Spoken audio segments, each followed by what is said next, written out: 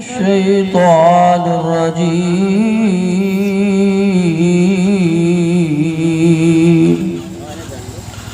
بسم الله الرحمن الرحيم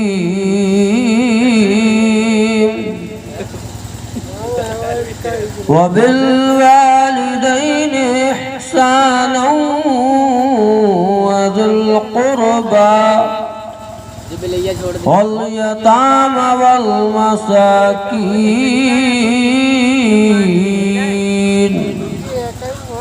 صدق الله المولانا العظيم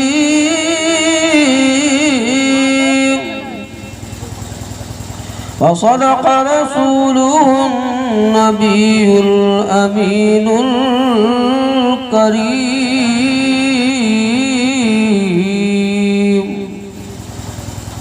ونحن على ذلك لمن الشاهدين والشاكرين والحامدين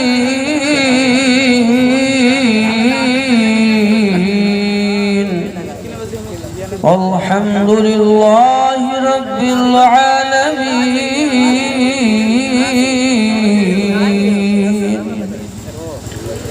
ممبر پر جلوہ افروز باوقار علماء کرام، قاری قرآن، شعراء اسلام، آپ تمامی حضرات، اسلامی رشتے کی ماں بہنوں، السلام علیکم ورحمۃ اللہ وبرکاتہ. حضرات، کافی وقت ہو چکا ہے، میں 10 سے 20 منٹ کے اندر اپنی بات کو ختم کروں گا. میں نے بڑی مشہور و معروف آیت کریمہ کا پڑھنے کا شرف حاصل کیا. مجھ سے قبل حضرت نے بیان کیا اور خطاب فرمایا ہے نماز کے متعلق، اور بھی جو کچھ بیان کیا. اگر ہم سب اسی پر عمل کر لیں تو اللہ تبارک و تعالی ہماری زندگی میں برکت رحمت عطا فرما دے گا. اور ضرورت بھی ہے جو حضرت بیان کر رہے تھے، جو اصلاحی بیان تھا، ہمیں ضرورت اسی کی ہے، تو ہمیں اسی پہ عمل کرنا چاہیے. لیکن میرے پاس ابھی عزیزم سلم صدام آئے اور حضرت جو پہلے بیان کرتے تھے اسی انداز میں بیان کریے. وہ بڑا مشکل ہے، وہ دور 10-11 سال پہلے ہم بیان کرتے تھے، اب بڑا مشکل ہو گیا بولنا، کیونکہ بولنا ہوتا نہیں ہے. مشکل سے 10-5 منٹ بول پاتے ہیں. کتنا کام رہتا ہے، کبھی مطالعے کا بھی وقت نہیں رہتا ہے. اتنا وقت ہے کہ مطالعہ بھی کر پائیں کتابوں کا. لیکن میں کوشش کرتا ہوں اپنے بچے کی خواہش کو پورے کرنے کے لیے درود پاک پڑھیں. اللہم صلی علی سیدنا مولانا محمد معدن الجود والکرم وآلہ وبارک وسلم صلاۃ و سلام علیک یا رسول اللہ یا حبیب اللہ یا نبی اللہ. اللہ تبارک و تعالی پیارے مقدس کلام پاک میں ارشاد فرماتا ہے وَبِالْوَالِدَيْنِ إِحْسَانًا وَذِي الْقُرْبَى، کہ اپنے ماں باپ کے ساتھ احسان سلوک کرو، احسان کرو. والقربہ، اور قریبی رشتہ داروں کے ساتھ. والیتامى والمساکین، یتیم اور مسکینوں کے ساتھ بھی احسان کرو. مسلمانوں، اللہ کے رسول صلی اللہ علیہ وسلم ارشاد فرماتے ہیں کہ 3 چیزیں دیکھنے سے ہی اللہ تبارک و تعالیٰ اسے حج مقبول کا ثواب عطا فرماتا ہے. اگر کوئی بندہ مومن اپنے ماں باپ کو پیار کی نظر سے دیکھتا ہے تو اللہ تبارک و تعالیٰ اسے حج مقبول کا ثواب عطا فرماتا ہے. صحابی کھڑے گئے یا رسول اللہ فدا قومی عبی، میرے ماں باپ آپ کے قدموں پہ قربان یا رسول اللہ. جس نے 1 مرتبہ دیکھا اسے ایک حج مقبول کا ثواب عطا کیا جائے گا. جس نے 2 مرتبہ دیکھا، میرے آقا ارشاد فرماتے میرے صحابی، جس نے ماں باپ کو 2 مرتبہ پیار سے دیکھا اسے 2 حج مقبول کا ثواب عطا کیا جائے گا. صحابی کھڑے گئے یا رسول اللہ جس نے 3 بار دیکھا، میرے آقا ارشاد فرماتے 3 حج کا ثواب. بات بڑھتی رہی، میرے آقا ارشاد فرماتے ہیں 24 گھنٹے میں اگر تم 1000 مرتبہ بھی اپنے ماں باپ کو پیار سے دیکھو تو اللہ تبارک و تعالیٰ 1000 حج مقبول کا ثواب عطا فرمائے. ابھی حضرت کہہ رہے تھے نا مولانا سلمان صاحب، وہ سلمان ہمارا، ہم نے اس کو بچپن سے دیکھا، بڑی محبت کرتا ہے کہ حضرت حج پہ گئے، امام صاحب حج پہ گئے، چلے جانا کوئی کمال نہیں ہے، حج کا قبول ہو جانا یہ بڑے کمال کی بات ہے، لیکن قربان جائے پیارے آقا صلی اللہ علیہ وسلم ارشاد فرماتے ہیں جب کوئی بندے مومن اپنے ماں باپ کو پیار سے دیکھتا ہے تو حج مقبول ثواب عطا کیا جاتا ہے، گارنٹی مہر لگا دی گئی کہ حج مقبول کا ثواب عطا کیا جائے گا۔ اور ایک صحابی کھڑے گئے، یا رسول اللہ فدا قومی ابھی میرے ماں باپ آپ کے قدموں پہ قربان ہو جائیں، یا رسول اللہ میرے ماں باپ تو دنیا میں نہیں ہیں، میں کیا کروں؟ میرے آقا ارشاد فرماتے ہیں کہ تمہارے ماں باپ دنیا میں نہیں ہیں تو قبرستان میں جانے کے بعد ان کی قبر پہ حاضری دیا کرو، اس کی زیارت کیا کرو، ان کے لیے دعائیں کیا کرو، اللہ تبارک و تعالیٰ تمہیں حج مقبول کا ثواب عطا فرمائے گا۔ کہنے لگے یا رسول اللہ مجھے نہیں پتا کہ میرے ماں باپ کی قبر کہاں پر ہے، تو پھر میرے مصطفیٰ ارشاد فرماتے ہیں اگر تمہیں یہ بھی نہیں پتا قبر کہاں پر ہے تو قبرستان کے کسی کونے پہ کھڑے ہو جایا کرو، وہیں سے دعا کیا کرو، رسالے ثواب کر دیا کرو، اللہ جو ہے تمہیں حج مقبول کا ثواب عطا فرمائے گا۔ کہنے کہ یا رسول اللہ مجھے یہ بھی نہیں پتا کہ میرے ماں باپ کی قبر کس قبرستان میں ہے۔ قربان جائیں مسلمانوں، پھر میرے مصطفیٰ صلی اللہ علیہ وسلم ارشاد فرماتے ہیں میرے صحابی اگر تمہیں یہ بھی نہیں پتا تو گھر میں ایک نشان کھینچ لیا کرو، اسی نشان کو جو ہے تصور کیا کرو، وہیں سے اپنے ماں باپ کو دعا کر دیا کرو، اللہ تبارک و تعالیٰ تمہیں حج مقبول کا ثواب عطا فرمائے گا۔ یہ درجات والدین ہیں، اور قرآن مجید کا دیکھنا بھی عبادت ہے۔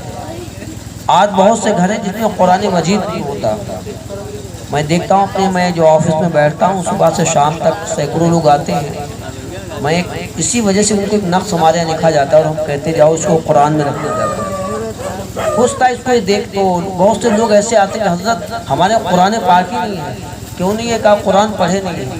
مسلمانوں قرآن پڑھنا جانتے ہو یا نہیں جانتے ہو، لیکن قرآن گھر میں ضرور رکھا کرو، قرآن کو کھول کر دیکھنا عبادت ہے۔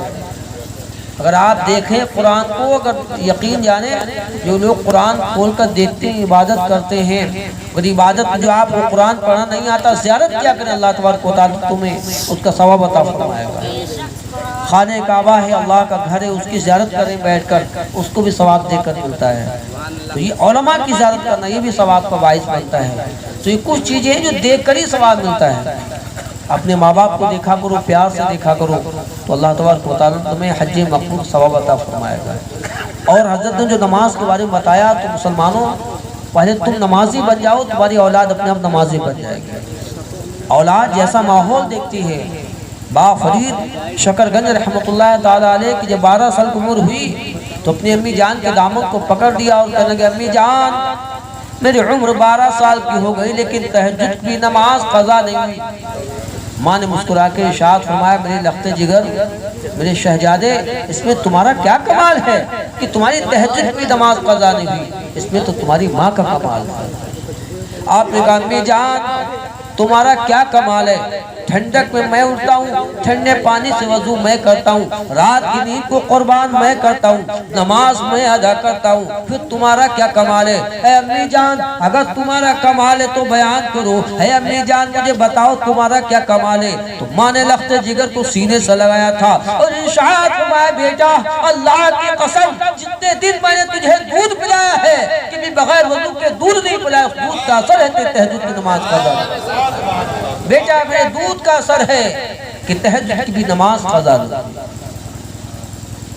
مسلمانوں غور کریں، ہمارے اسلاف ہمارے بزرگوں نے بڑی قربانیاں دی۔ جب ماں باپ نیکوکار ہوتے ہیں تو بیٹا فرید الدین پیدا ہوتا ہے، جب ماں باپ نیکوکار ہوتے ہیں تو بیٹا صاحب البرکات پیدا ہوتا ہے، جب ماں باپ نیکوکار ہوتے ہیں تو بیٹا اعلیٰ حضرت جیسا پیدا ہوتا ہے، ماں باپ نیکوکار ہوتے ہیں تو بیٹا مفتی اعظم ہند جیسا پیدا ہوتا ہے، ماں باپ نیکوکار ہوتے ہیں تو بیٹا تاج الشریعہ جیسا پیدا ہوتا ہے۔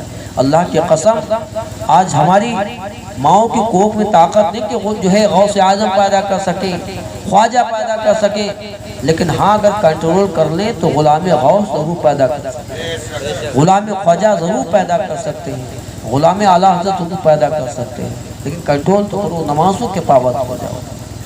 آپ رزق حلال کھاؤ، رزق حلال کھانا شروع کر دو، انشاءاللہ تمہاری اولادیں نیکوکار ہو جائیں گی، فرما بردار ہو جائیں گی۔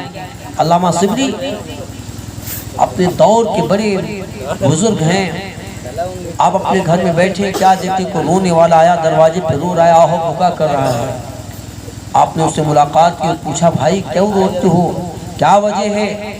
کہنے کا سرکار آپ کا بیٹا شکار کر نکلا تھا، میں بہت غریب انسان ہوں، مسکین ہوں، میرے پاس ایک ہی مشق ہے جس سے میں پانی بھرتا ہوں، مزدوری کرتا ہوں، لوگوں تک پانی پہنچاتا ہوں، لیکن آپ کے بیٹے کے پاس تیر و کمان تھا، انہوں تیر چلایا اور میرے مشکیجے کو پھاڑ دیا، اور میں غریب ہوں، میرے پاس دوسرا مشکیجہ نہیں ہے، اپنے گھر کا پالن پوشن اسی سے کرتا تھا، مزدوری کرتا تھا، آپ کے بیٹے نے خام خواہ میرا مشکیجہ پھاڑ دیا۔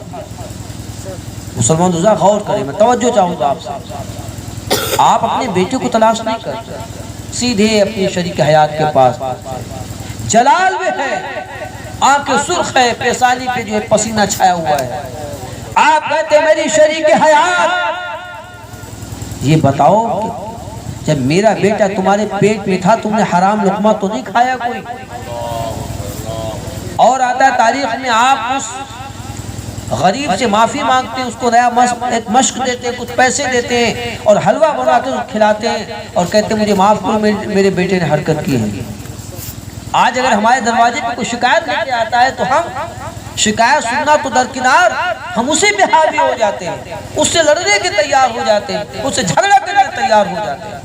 علامہ صبری اس سے معافی تلافی کرتے ہیں، اس کے بعد اپنی بیوی سے پوچھتے ہیں اے میری شریک حیات یہ بتاؤ کہ جب میرا بیٹا تمہارے حمل میں تھا تم نے کوئی حرام لقمہ تو نہیں کھایا؟ آپ فرماتی میرے سرتاج، میرے شریک حیات، میرے سرتاج ہے، میرے شوہر، مجھے تو یاد نہیں کہ میں نے کبھی اپنی زندگی میں اپنی لائف میں حرام لقمہ بھی کھایا ہو۔ اے میرے سرتاج میں وقت دو میں یاد کر کے تمہیں بتاتی ہوں۔ فوراً وضو کیا، 2 رکعت نماز پڑھنے لگی، اس کے بعد سجدے میں سر کو رکھتی ہیں، دعائیں کرتی بار الہ تیرا محبوب بندہ میرا سرتاج میرا شوہر مجھ سے سوال کرتا ہے کہ میں نے حرام لقمہ تو نہیں کھایا کوئی، اے مولا مجھے یاد نہیں آتا، اگر میں نے اپنی پوری زندگی میں کوئی حرام لقمہ کھایا ہو تو مجھے یاد دلا دے۔ ابھی دعائیں کر رہی تھی کہ یاد آ جاتا ہے، آپ اپنے شوہر کی بارگاہ میں حاضر ہوتی ہے، علامہ صبری کی بارگاہ میں حاضر ہوتی ہے، ہاں اے میرے حضور، اے میرے سرتاج ایک غلطی ضرور مجھ سے ہوئی ہے، ایک بار آپ کے دوست آپ کے پاس آئے تھے جن کے پاس ایک انگور کا ٹوکرا تھا، انہوں نے امانت کے طور پہ آپ کو دیا تھا، آپ نے خادم کریے گھر میں بھیج دیا تھا، اس وقت میرا بیٹا پیٹ میں تھا، میرے ہاتھ میں سوئی تھی، میں کپڑے کو سل رہی تھی، اس وقت میرے جو ہے ذہن میں میرے دل میں ایک جو بات پیدا ہوئی کہ یہ جو انگور کھٹا ہے یا میٹھا، جب عورت حاملہ ہوتی ہے تو کھٹا میٹھا کھانے کا شوق ہوتا ہے، اس شوق کو بھرتا ہے، میں نے اپنی سوئی کو اس انگور میں چبھو دیا، چبھونے کے بعد میں نے اسے چاٹ لیا، بس اتنا تو کیا ہے لیکن میں نے پورا انگور بھی نہیں کھایا ہے۔ آپ فرماتے ہیں اے میری شریک حیات، اللہ کی قسم تم نے بغیر اجازت کے اس انگور میں سوئی چبھو کے جو چاٹ لیا ہے، اس لیے میرا بیٹا حرکت کرتا نہ تھا۔ مسلمانوں غور کرو، آج ہماری اولادیں حرکت کرتی نظر آتی ہیں، ہماری اولادیں بے نمازی ہیں، ہماری اولادیں لوگوں کو پریشان کرتی ہیں۔ آج جب صبح بیٹھتا ہوں جس میں سے 95 لوگ ایسے ہوتے ہیں حضرت ہماری اولاد ہمارے کہنے میں نہیں، کوئی تعویذ بنا دے، کوئی گنڈا دے دے، شکر پڑ دے، اللہ کی قسم اگر تم رزق حلال کھلاتے تو آج تمہاری اولادیں حرکت کرتے نظر نہیں آئے۔ آج باغ کا باغ چٹ ہو جاتا ہے، بچے گئے باغ میں آم توڑے لے کے آئے، باپ بھی کھاتا ماں بھی کھاتی ہے شوق سے، یہ نہیں پوچھتے کہ بیٹا لائے کہاں سے تھے۔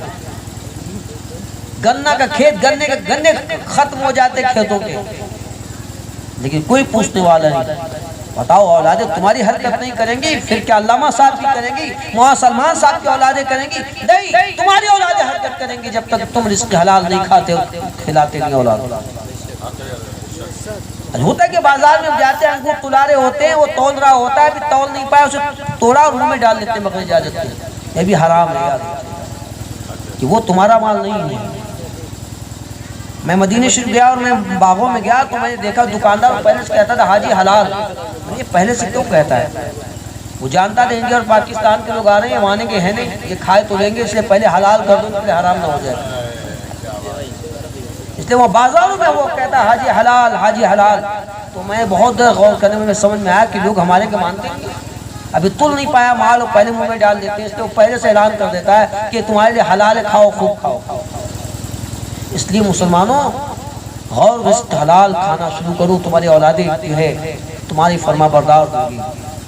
آج شکایتیں نہیں تمہاری اولاد کھانا نہیں مانتی، اللہ کی قسم رزق حلال کھانا شروع کرو، برکتیں ہونا شروع ہو جائے گی۔ رونا روتے ہو کہ برکتیں نہیں ہوتی؟ غوث اعظم محمود سبحانی کے پاس ایک بڑی بھی آئی، کہنے کہ حضرت میرے گھر میں برکتیں نہیں ہوتی ہیں، آپ کوئی تعویذ یا کوئی گنڈا بنا دیں، کوئی وظیفہ بتا دیں۔ تو آپ فرماتے جاؤ کیا تمہارے صدر دروازے پردہ ہے؟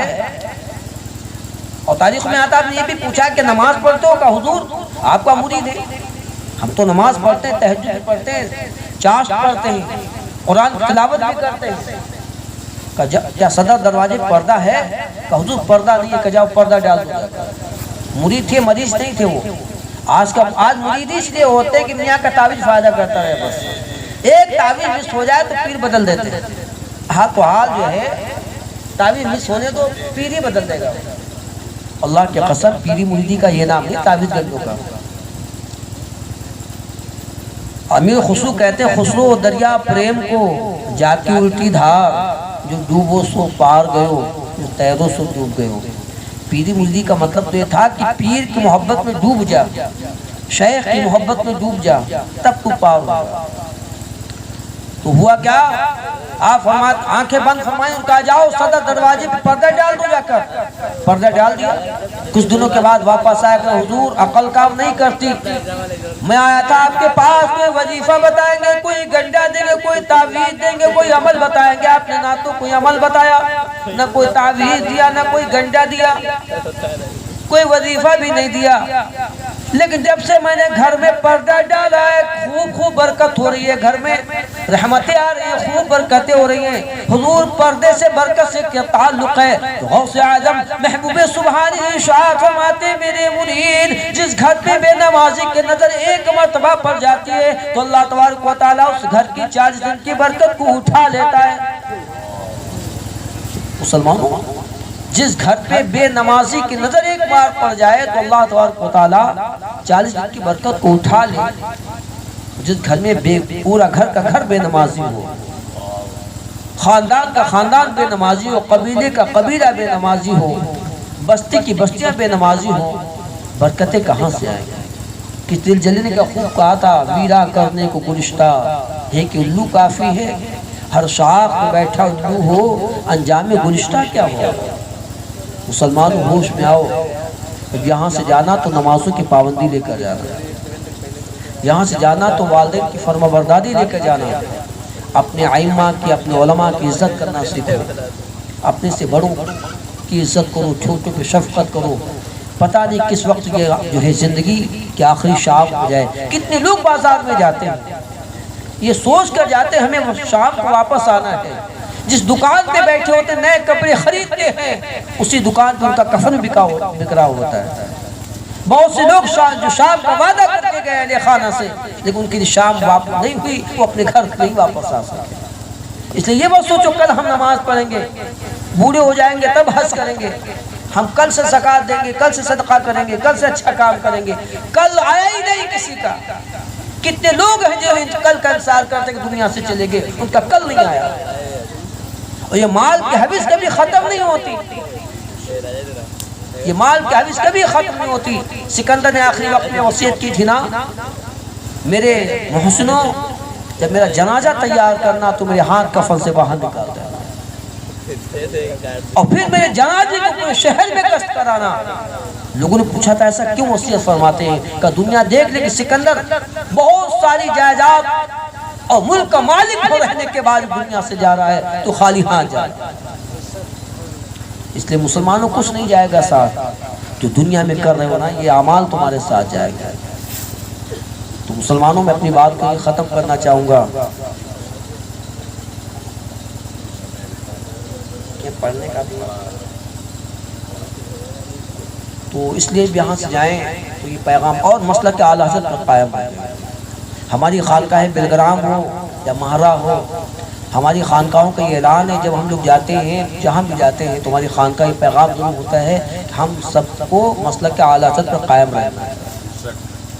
یہی اس وقت دور سنیت جو ہے، اس وقت دور میں سنیت کی پہچان ہے مسلک اعلیٰ حضرت، اور خاندان برکات کا ایک پیغام اور آدھی روٹی کھائیں، بچوں کو پڑھائیں، اپنے بچوں کو تعلیم اچھی دیں، اچھی تک جو ہے اپنے بچوں کو پڑھائیں، حافظ بنائیں، قاری بنائیں۔ اس کے ساتھ میں ابھی حضرت نے مجھے بتایا کہ ماڈرن مدرسے بنائے جا رہے ہیں، انگلش میڈیم والے سب حضرت، تو وہاں جو ہے بڑی اچھی تعلیم ہو رہی ہے۔ IPS ادھکاری بنے آج بڑے بڑے معاون لوگ، حافظ قاری لوگ، تو اپنے بچوں کو انگلش بھی پڑھائیے، ان کو سنسکرت بھی پڑھائیے، کوئی تعلیم جو ہے، لیکن پہلے دین علم کو ضرور دے دیجیے گا، اس کے بعد آپ کچھ بھی بنائیں۔ آپ کو اگر دیکھنا ہے تو ہماری خانقاہ برکاتیہ دیکھیں، جنہوں نے مثال قائم کی ہے، دنیاوی تعلیم میں دیکھیں تو البرکات نظر آتا ہے، آئے تمہارا پبلک اسکول نظر آتا ہے، اس کے بعد جب خانقاہ میں داخل ہوں گے تو ہر طرف مدرسہ ہی مدرسہ نظر آ رہا ہوگا۔ ابھی کچھ دوسرے خیالات کے لوگ، وہابی خیالات کے لوگ وہاں گئے تو کہنے خانقاہیں تو بہت دیکھی، لیکن وہ طائب ہوئے، توبہ کی، اور پھر حضور فقہ ملت کے ہاتھ کے مرید بھی ہو کر آئے، کہنے کہ میں سنتا کچھ تھا کہ ہم یہ بریلوی یہ کرتے ہیں وہ کرتے ہیں، یہاں دیکھنے کے بعد لگا کہ صاحب صحیح معنی سے مسلک حضرت کے ترجمان اس خانقاہ کر رہے ہیں۔ انہوں نے دیکھا کہ پہلا جب جو حویلی بنی وہاں بھی پڑھائی ہو رہی تھی، پھر آگے بڑے خان درگاہ کے اندر گئے وہاں پڑھائی ہو رہی تھی، پھر مدرسے جانب گئے وہاں پڑھائی ہو رہی تھی، پھر جو سجادگی حویلی ہے وہاں الگ جو ہے پڑھائی ہو رہی تھی، الگ الگ کورسز الگ الگ پڑھائی جا رہے تھے۔ انہوں نے دیکھا اور ان کے بعد کی سمجھ میں آیا کہ واقعی مسلک کا اعلیٰ حضرت تو ہے، لیکن لوگ سمجھا نہیں پا رہے ہیں مسلک کا حضرت کیا ہے۔ ابھی حضرت میری بات کو بتا رہے تھے تو واقعی مسلک کا اعلیٰ حضرت یہ نہیں کہ اس فاتحہ حضور تک محدود ہو، مسلک کا اعلیٰ حضرت یہ ہے کہ اپنے بچوں کو اچھی تعلیم دے۔ اعلیٰ حضرت جیسا سائنسداں بھی نہیں ہوا ہے، جس فن میں دیکھیں اعلیٰ حضرت کو، آپ طب میں دیکھیں اعلیٰ حضرت کو، جس فن میں دیکھیں اعلیٰ حضرت کی ایسی مہارت تھی جس کا جواب نہیں ملتا ہے۔ تو اگر مسلک کے اعلیٰ حضرت کے ماننے والے ہوں تو اپنے بچوں کو اچھی تعلیم دے دینا جا کر۔ اللہ تبارک و تعالیٰ کے بعد دعا ہے، اللہ تبارک و تعالیٰ جو کچھ میں نے بیان کیا ہے سب سے پہلے مجھے پھر ہم سب کو اس پر عمل کرنے کی توفیق عطا فرمائے۔ وآخر دعوانا الحمدللہ رب العالمین۔ استغفر